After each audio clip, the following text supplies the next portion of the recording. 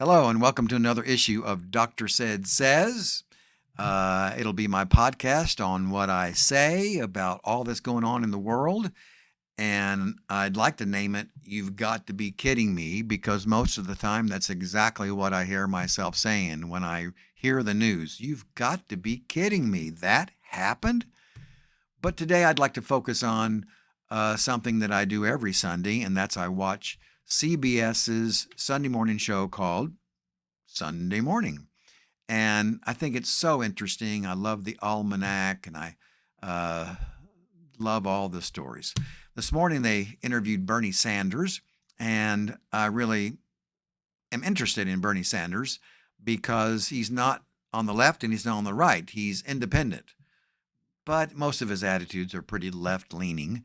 And today he was pretty hard on President Trump. And he says some things that make sense in a way, but he doesn't go deeper into why he thinks that they make sense, that he should be so against President Trump. Well, I'll go into what I'm against with all these firings that President Trump has done. Like in the first week he became president. Um, let's start with the good. I call that step one, step two. This is my handout that I always show my people when I want to go over step one, step two. Say something that makes sense to the other person. It might be music to their ears, and then say what bothers you about what they did. So, the good thing about what President Trump is doing is he's trying to lower the government budget so that we lower our debt. I just have been in shock for years that we're trillions in debt. Why is that? That can't be right. If you try to run a business, you can't be millions in debt most of the time. And I wonder, why is that? Well, according to the Republicans, it's because of massive, loaded up government agencies full of these employees that really aren't necessary. Well, I think the jury is still out. But still, that's a great idea for President Trump to be trying to lower these massive government organizations. And especially the one he started off with, I think, made the most sense. Sending millions and millions of dollars to foreign countries. One was to an African nation to try to boost their uh, um, travel, people taking vacations there. What are we doing helping them boost that? Let them do that on their own. Well, they don't have a lot of money. Well, they might have a lot of money, but as is so often the case, the corruption takes all the money out for the few elite people at the top. And so I would be in favor of sending professionals over there to take a look at their books to make sure everything's on the up and up. But we have to really clean up our own backyard first. And that's exactly what President Trump is doing. Let's get our books balanced. And so I think that's great. However, I worry. Who taught me to say I worry? Why, Dr. Dan Weil did. Right there. Dan Weil, psychologist from San Francisco. And so I'm going to use that technique. I worry that there's a lot, tens of thousands of people that are really heartbroken about being told suddenly you're fired. Pack up your things. You're gone. That's a terrible thing. Now, if I were interviewing President Trump here, and by the way, I invite you, President Trump, to come and be on my podcast, I would ask you, why did you do that so abruptly? I assumed that he would say, well, I didn't want to waste any time. I wanted to get in there and get that done. He probably regrets not doing it in the first 4 years he was president. And so he says, I'm not waiting around this time. I'm getting them out of here. But here's my question. Why can't you stand in front of a camera and microphone and say, I am so sorry. This has got to be so hard on all of you that are losing your jobs. You're good Americans. You probably voted for me. So it pains me to have to go and so abruptly make you lose your job. And I just want you to know that I somewhat feel your pain. Um, I don't know how much he can feel when he's a billionaire, but he should be saying that to them and letting them know that he cares about the hardship that they're going through. I would have advised President Trump, if he'd come to me, to start off with just saying no new hires. Yeah, but we're losing Jack and Jane and we've got to replace them. No, I don't want you to. Just stay with the people you have. That would have been the best first step. But if he were to say, no, I need to be more aggressive than that, say, okay, so fire 1,000 workers about every month.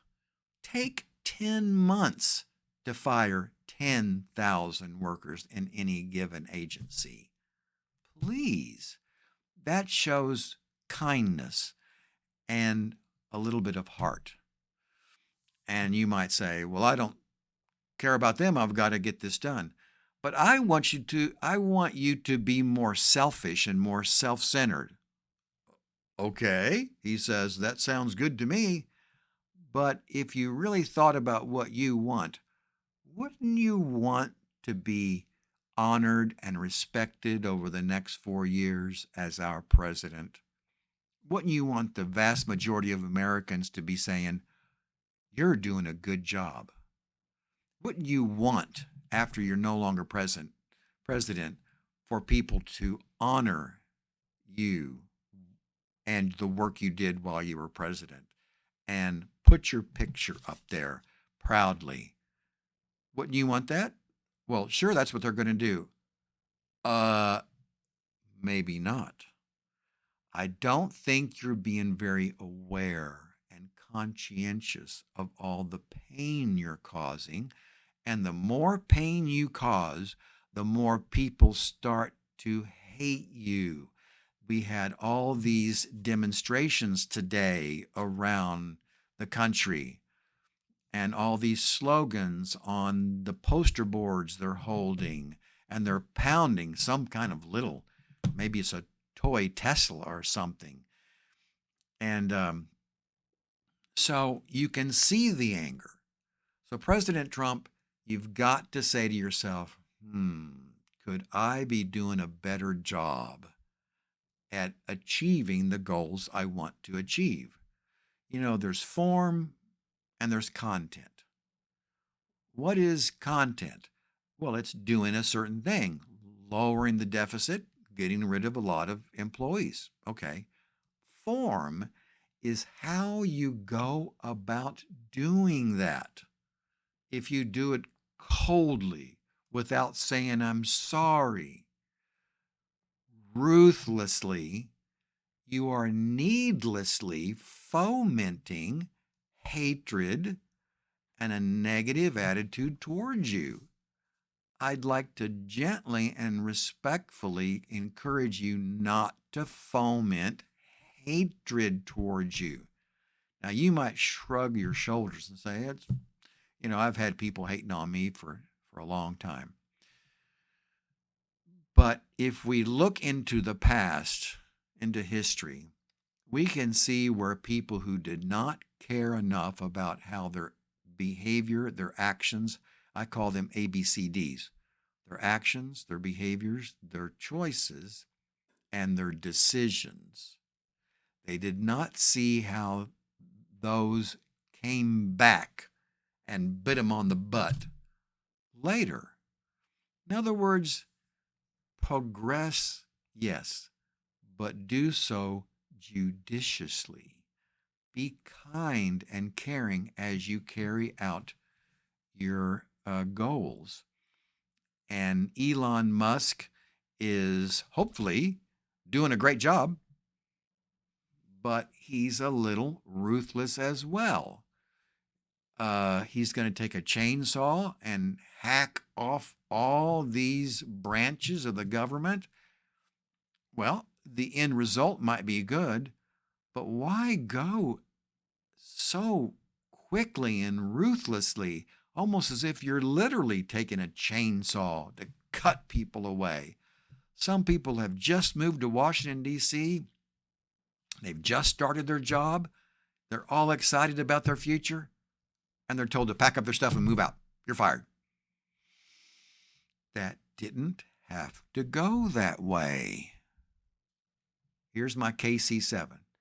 Be kind, be calm, be caring, be curious, be cooperative, be cordial, be collaborative. And there's more C words that all are characteristic of what? Good character. Try to show good character, President Trump. And people will continue adoring you. And the people that didn't vote for you might start saying, well, I'm glad he won back in 2024. We'll see how all this tariff business is going. I would very much like it if you would sit down on C-SPAN 1 or C-SPAN 2 and talk about the details of where you see this going and how it's going to help. It seems like it's pretty complicated.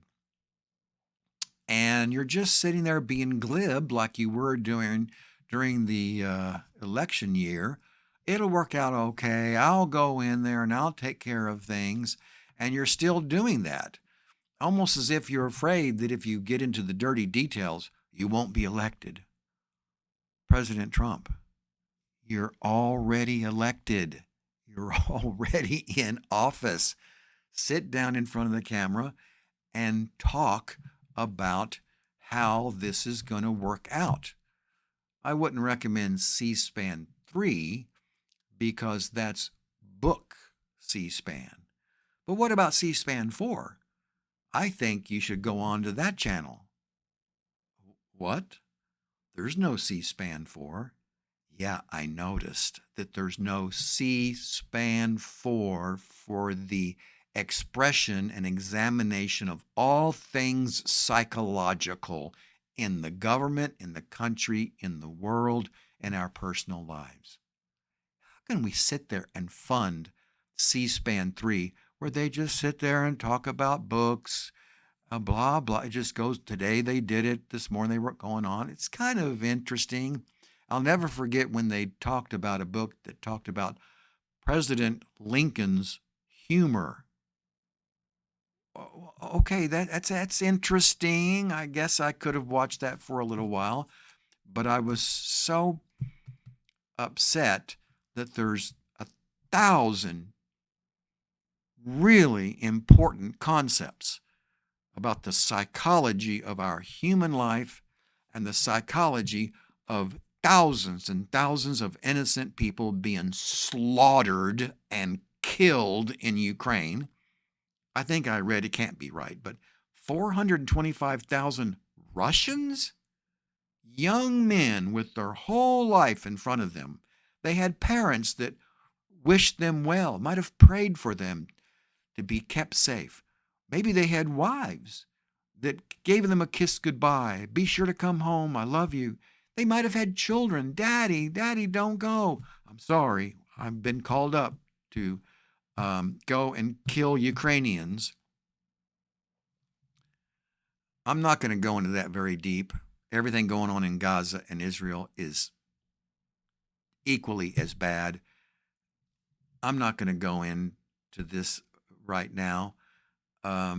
Maybe later. I've been trying to get Division 48 of APA to let me speak because I have a way of assessing what happened and what should have happened in October and November of 2023 that didn't because of what? Psychological deficits in the mind of the Hamas leaders and in Netanyahu and his cabinet. There's psychological deficits. Well, they're intelligent people, and they're not depressed and schizophrenic. Okay, that's Axis 1 in the DSM-5. What about Axis 2? That's where you have antisocial personality disorder, narcissistic personality disorder, and others. I think they might mention psychopathy, but there's no separate diagnosis for being a psychopath. Well, what's a psychopath? It's a person that feels fine about killing innocent people. It's mind-boggling. And I know Division 48 is trying to step in there. It's the one that has to do with world peace and aggression, conflict. But I've seen one recently with two psychologists. I won't mention their name. I really enjoyed it, and their heads were in the right place. But what I'm curious about is if we had C-SPAN 4 with speaker after speaker after speaker after rally after a convention that talked about the insanity of killing, what is it? It's 130,000 people in Gaza, innocent women and children. Of course, where did this, they sent the Palestinians home because they were kind of connected to Hamas. Well, that seemed pretty cruel to me. They were students, and that they were there protesting the death in Palestine. Okay, I would protest right along with them. I don't want those innocent people killed. But it's interesting how they left out part of their speech. What speech was that? You guessed it. Step one. Step one is saying something that makes sense to the other person. They should have said to every audience, I want to apologize for the insane cruelty of Hamas. How they thought it was okay to get these AK-47s and to cross the border in a rush and start killing, I think there might have been a rape or two, of innocent young Israelis who were at a music festival. What are you thinking? All of those terrorists might qualify for antisocial personality disorder. I don't know, but I would never participate in attacking innocent people. There might have been a few soldiers that showed up at the last minute to start fighting back, but that's not who they attacked. They didn't attack an army of soldiers that they were in a war with. They attacked innocent people. What was his name? Yahya Sinwar. What were you thinking? Didn't turn out so well for you, did it? I would like to say that to all aggressive, warmongering individuals around the world. It's not going to turn out well for you. Oh, wait a minute. Some stories, it does turn out well. In 1453, the Persians attacked Constantinople and tore down those walls and killed those young people that were trying to defend their city, took over the city, destroyed their customs, and they've lived there ever since then. That's over or almost 600 years. All that bloodshed was worth it. They could have this wonderful city that they now call Istanbul. So I can't say it always works out badly, but if you look at Hitler, the most horrible monster of all time, didn't work out so well for you. Oh, but we had such a good time. We were on top of the world. We were getting rid of all these Jews in the concentration camps. But that was a horrible set of behaviors. Shame on you. And I won't even say what's going to happen to you in the afterlife. I won't go there. But you were pretty sad when you decided in the bunker to kill yourself and your girlfriend. Suicide.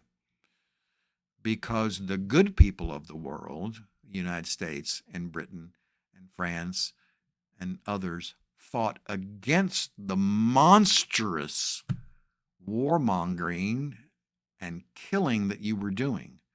And you lost the battle. You lost the war. So I got off into a bit of a tangent there, but I wish that anybody that's involved in the government would come and be on my podcast. I would like for you to come so I can interview you. And I will be sending out invitations as time goes by to specific people. How about the governor of Texas? Please, I'd like to interview you on my podcast. I'm here. Thank you for listening. I'll let you go. I'm over 20 minutes. And I hope you'll look forward to hearing me on my next podcast. Hopefully, it'll be the next few days. Again, Dr. Ced says, you've got to be kidding me. I am Dr. Cedric Wood. I'm here in my office. Let me know what you think. Let me know what guests you would like to see. Have a good Sunday evening. Bye for now.